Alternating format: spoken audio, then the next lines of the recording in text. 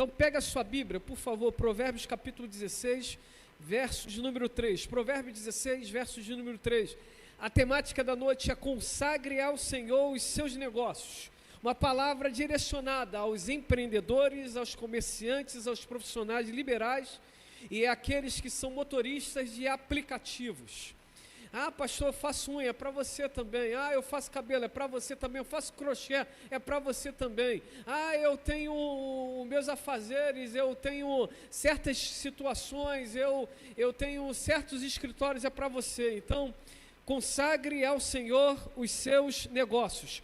Provérbios 16, 3 diz: consagre ao Senhor tudo que você faz, e os seus planos serão bem-sucedidos. Mais uma vez, consagre ao Senhor tudo que você faz, e os seus planos serão bem-sucedidos. No 3 você vai dizer comigo o tema.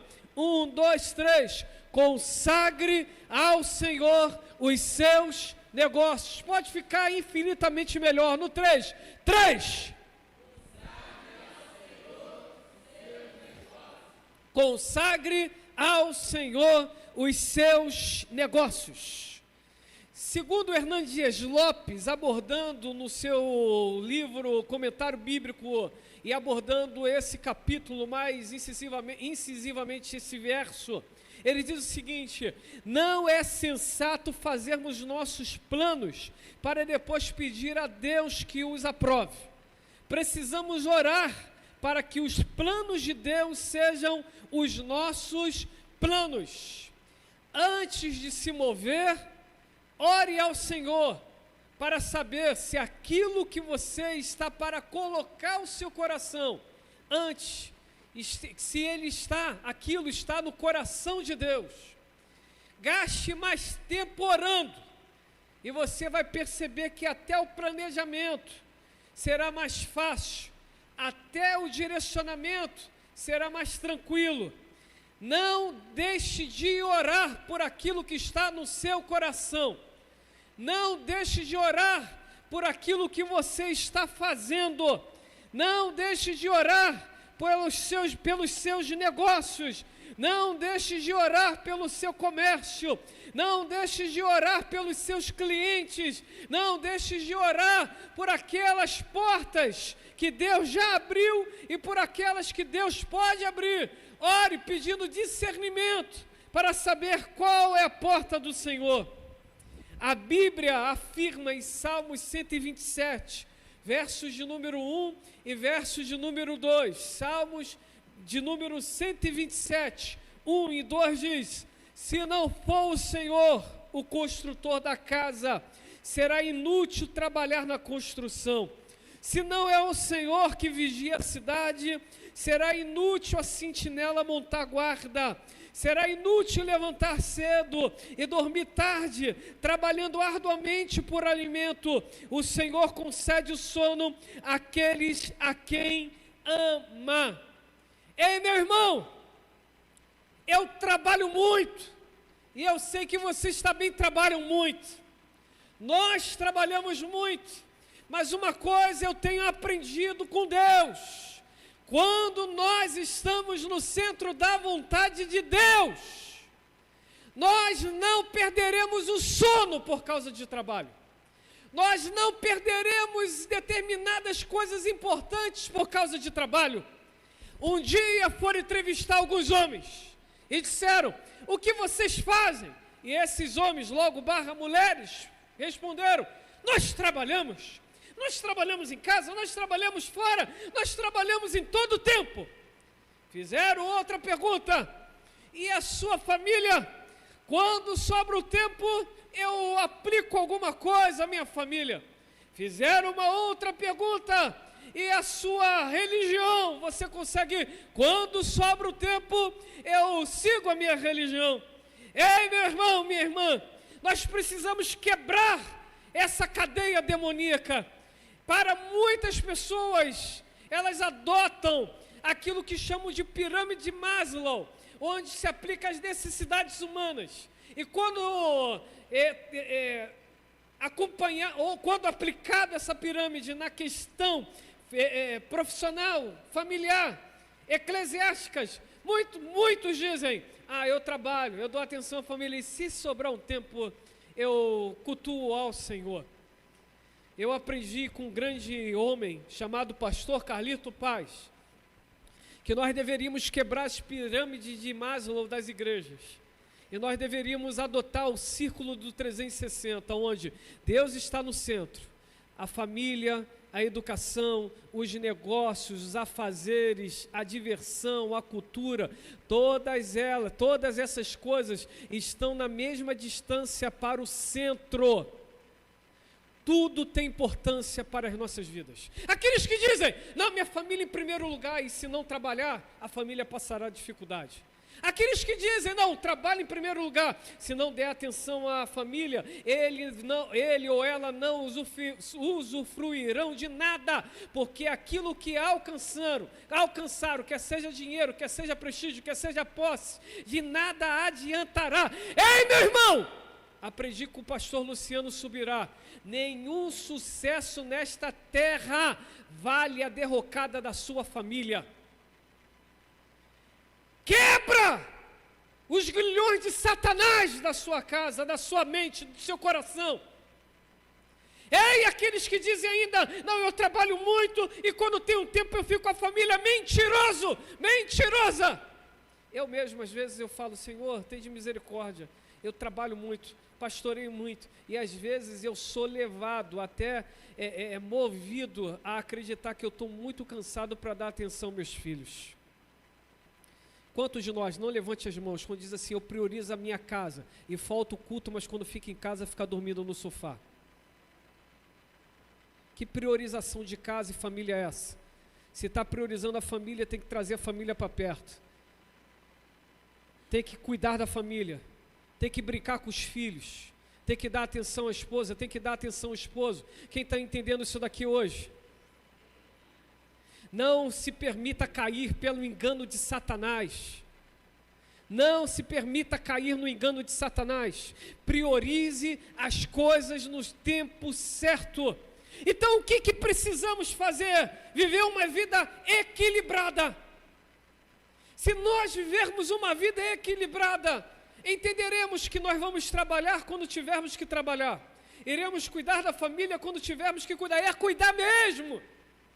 Quantos homens e quantas mulheres, o homem chama a mulher para sair. Não quero sair, que eu gosto de ficar em casa. A mulher chama o homem para sair, o homem fala, eu estou cansado. Toma vergonha, toma vergonha, toma vergonha. Posso falar 7 vezes? Número perfeito. Toma vergonha, toma vergonha, toma vergonha e toma vergonha. Às vezes eu estou tão cansado e meus filhos gostam de cinema como eu. E eu sei que vou dormir no cinema. E eu sei que essa é uma verdade na minha vida. Mas às vezes eles estão muito carentes de sair. E a minha saída é básica. É no shopping comer McLanche feliz, ir no cinema e no final tomar uma casquinha. E se tiver brinquedo, brincar no escorrega do shopping. Porque é diferente. E um dia eu estava tão cansado. Final do ano agora, tão cansado. Eu trabalhei, mas eu trabalhei tanto nesse final de ano. E aí o Baia foi lá, pai, vamos sair. Aí eu falei, meu Deus. Falei, Mona, toma banho nas crianças. O que vai? Vamos para o shopping. O que aconteceu quando eu cheguei na sala de cinema? Dormi. Mas eu no meu coração falei, eu não posso dar o meu tudo para um serviço e não conseguir dar um pouquinho, 2, 3 horas para os meus filhos.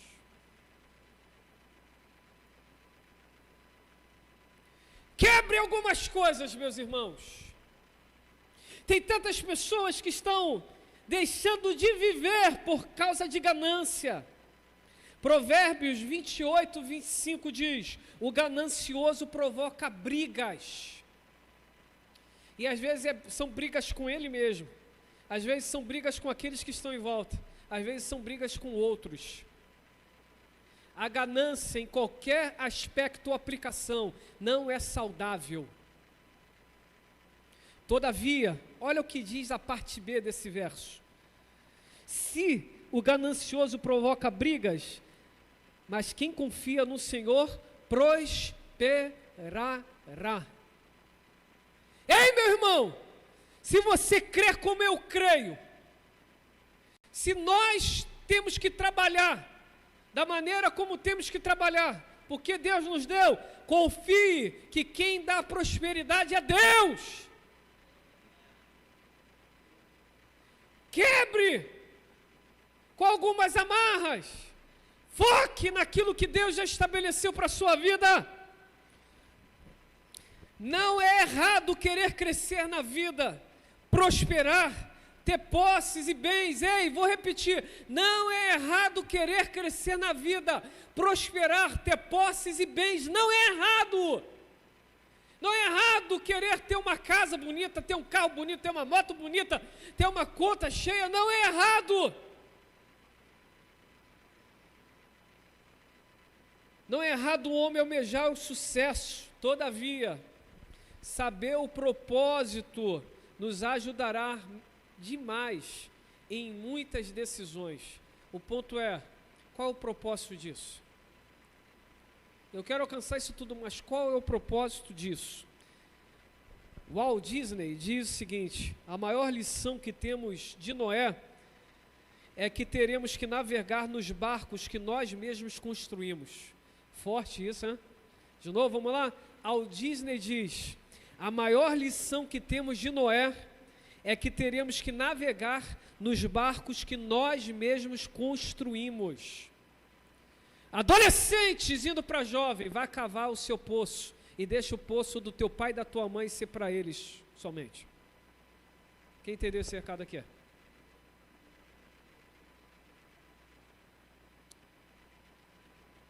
Foca naquilo que tem que fazer. Vai aprender com Isaac, vai cavar poço. Vai chegar uma hora que a água vai brotar e você vai poder falar: é minha água. Cave poços. Cave poços. Eu quero aqui pontuar algumas verdades e eu preciso correr. Primeira verdade: descubra em Deus o seu propósito. Primeira verdade? Pode ser melhor. Primeira verdade? Descubra em Deus os seus propósitos. A Bíblia Sagrada diz em Atos 9:36 o seguinte: em Jope havia uma discípula chamada Tábita, nome este que traduzido é Dorcas. Ela era notável pelas boas obras e esmolas que fazia. Aconteceu que naqueles dias ela adoeceu e veio a morrer. Depois de a lavarem, puseram o corpo no quarto do andar superior. Como Lida ficava perto de Jope, os discípulos, ouvindo que Pedro estava ali, enviaram-lhe 2 homens com o seguinte pedido: não se demore em vir até nós. Pedro se aprontou e foi com eles. Quando chegou lá, eles o levaram ao quarto andar superior. Todas as viúvas o cercaram, chorando e mostrando-lhe túnicas e vestidos que Dorcas tinha feito enquanto estava com elas. Dorcas era uma empreendedora. Ela possuía, digo eu e minha esposa estudando, e algum estudo, mas vou fazer menção a Mona Lisa e uma mensagem que ela pregou aqui sobre Dorcas. Ela tinha uma certa confecção, e ela não apenas vendia para fora, mas ela abençoava as viúvas. Naquele tempo, as viúvas que não tinham filhos, elas e não tinham, logo se não tinha filhos, não tinha marido, se eram viúvas. Então, por não terem maridos e não terem filhos, elas estavam destinadas a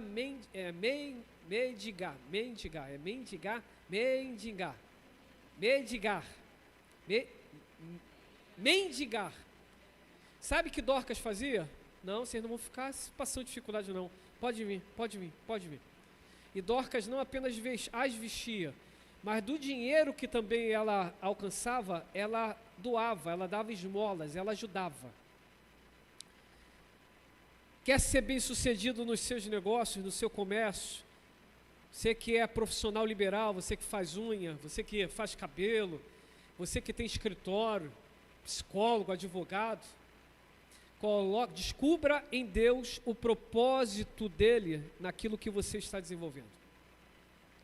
Eu tenho a certeza que um dos maiores passos para o sucesso é ser generoso. Nunca olhe a necessidade do outro e dê de ombro. Veja e veja o que você pode fazer. Consagre ao Senhor. Essa mulher consagrou o seu empreendimento, o seu comércio ao Senhor. E sabe qual é o interessante? Quando for chamar, os discípulos vão falar: essa mulher era muito espiritual, essa mulher girava no poder, essa mulher falava todas as línguas estranhas de todas as galáxias, essa mulher pingava no azeite. Não foi isso que disseram dela. O que disseram dela foi: aqui está o que podemos testemunhar de quem era essa mulher, e apresentar os vestidos e roupas que essa mulher dava, vendia e doava para as viúvas. Estão entendendo isso daqui? O que você faz pode ser apresentado diante do Senhor como testemunho de onde está o seu coração. Qual é o seu propósito naquilo que você está desenvolvendo? Quem está entendendo essa mensagem nessa noite? 2. Consagre os seus planos ao Senhor. 2. Gênesis 28, do 18 ao 22 diz: na manhã seguinte, Jacó levantou-se de madrugada, pegou a pedra que havia usado como travesseiro e a pôs em pé como coluna, e sobre o topo dela derramou azeite. E ao lugar, cidade que antes se chamava Luz, deu o nome de Betel. Jacó fez também um voto, dizendo: se Deus for comigo e me guardar nesta jornada que empreendo, e me der o pão para comer e roupa para vestir, de maneira que eu volte em paz para a casa de meu pai, então o Senhor será o meu Deus, e a pedra que pus como coluna será a casa de Deus, e tudo o que me concederes, certamente que darei o dízimo. Consagre os seus planos ao Senhor. Jacó foi direcionado à casa de Labão, porque lá ele alcançaria a sua esposa, e ele estava muito temeroso, e quando ele estava seguindo, ele teve um sonho maravilhoso, e esse sonho maravilhoso, Deus estava ali revelando o que estava para acontecer na vida dele. Ei, comerciantes, empreendedores, ei, você que, mas eu não estou nem trabalhando, pastor, como eu posso fazer? Eu tenho tantas obrigações, mas eu preciso trabalhar. Ei, consagre ao Senhor isso hoje, consagre seus planos. Ei, Deus quer te revelar o seu futuro. Falei aqui no dia 30, aprendi com o bispo J.B. Carvalho. Deus me levou no futuro, eu gostei de lá, e é para lá que eu estou indo. Quando nós confiamos em Deus, Deus revela para nós o nosso futuro. Deus nos revela, ficou melhor, Deus nos revela o nosso futuro. Pegue o seu negócio, já que você já está desenvolvendo, pegue o seu comércio, pegue o seu plano. Eu quero trabalhar, eu quero... Entregue ao Senhor e diga assim: Senhor, se o Senhor me abençoar, essa pedra significa um ato profético. Essa pedra aqui que eu estou jogando um azeite significa consagração, ela será a sua casa. E aquilo que o Senhor me prosperar, eu serei dizimista. Eu não queria pegar nesse ponto aqui hoje, mas vocês vão me ver falando muito. Ei, meu irmão, honre ao Senhor com o dízimo de tudo que Ele tem te dado. Não roube ao Senhor. Quando você retém dízimo, você está roubando a Deus, porque não tem a ver com dinheiro, tem a ver com propósito. Antes do dízimo veio a vida do dizimista. Pessoas dizem assim: eu não dou dízimo porque eu sou enrolado. Se você não desenrolou até hoje, começa a dar dízimo, você vai ver como você vai contar com o céu para muita coisa. Leve os seus dízimos e ofertas à casa do tesouro, e depois fazei prova de mim. Sabe qual a prova que você tem que fazer primeiro com Deus? Primeiro corta os custos, depois aumenta a receita, e depois passa a comprar só quando você analisar suas contas e ver se você pode honrar com aquilo que você está comprando. Entenderam aqui? Aleluia. Quem pode dar um aleluia? Aleluia.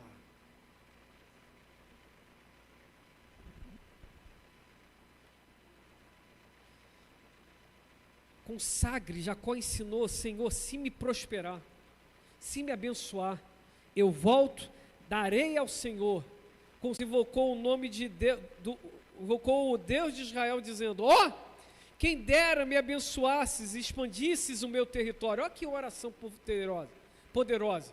Quem dera me abençoasses e expandisses o meu território. Que a tua mão esteja comigo. Preserva-me do mal, para que não me sobrevenha aflição. E Deus lhe concedeu o que ele tinha pedido. Peça a Deus por prosperidade. Ele pediu, e o que Deus fez? E olha que a vida desse homem era uma vida terrível, porque a mãe dele botou o nome disso, porque ela o teve em dores. Esse homem estava ali cheio de pecha sobre a vida dele. Ele podia dizer, eu sou um da minoria. Ele poderia fazer isso, mas ele confiou que o Deus dele poderia reverter o quadro dele. Deus continua fazendo isso nos nossos dias. Peça a Deus por prosperidade. Deuteronômio 8,18 diz: pelo contrário, lembre-se do Senhor, o seu Deus, porque Ele é quem lhes dá força para conseguir riquezas, para confirmar sua aliança, que sob juramento prometeu aos pais de vocês, como hoje se vê. Ei, meu irmão, se nós entendêssemos isso, nós trabalharíamos de fato, como trabalhamos, mas nós trabalharíamos confiando que quem nos dá riquezas é o Senhor. Se fosse por trabalhar, todo mundo seria bilionário. Eu descobri isso um tempo atrás, lendo Provérbios. Não adianta você ser suvino demais, e não adianta você ser da ostentação. Você precisa ser daqueles que temem ao Senhor e que estão no centro da vontade dEle. E como isso se aplica? Você trabalha como tudo se dependesse de você. E você ora como tudo dependesse de Deus. E depende de Deus. Trabalha com Deus, meu irmão. Quando você estiver no seu negócio, entra no seu negócio e profetiza, abençoa, impõe as mãos sobre os seus produtos, abençoa os umbrais daquela porta, fala assim, eu trago os melhores clientes, aqueles que são aqui só para atrapalhar, só para tirar a faixa desse lugar. Se você trabalha com clientes com renda recorrente, abençoe os seus clientes dizendo, Senhor, prospere-os para eles conseguirem pagar todos os meses isso que eles se comprometeram para terem o meu serviço. Se você faz unhas, se você faz cabelo, quando você for lá pegar a lista daquelas unhas e cabelos, as roupas, os crochês que você tem que fazer, ore ao Senhor dizendo, Senhor, que quando for fazer essa pessoa possa ser profundamente abençoada. Profundamente abençoada. Quando você chegar no lugar do seu serviço, abençoa. Não seja aquele que fica amaldiçoando o patrão, amaldiçoando o serviço. Abençoa. Onde você colocar a planta dos seus pés será um lugar abençoado. Abençoe, abençoe.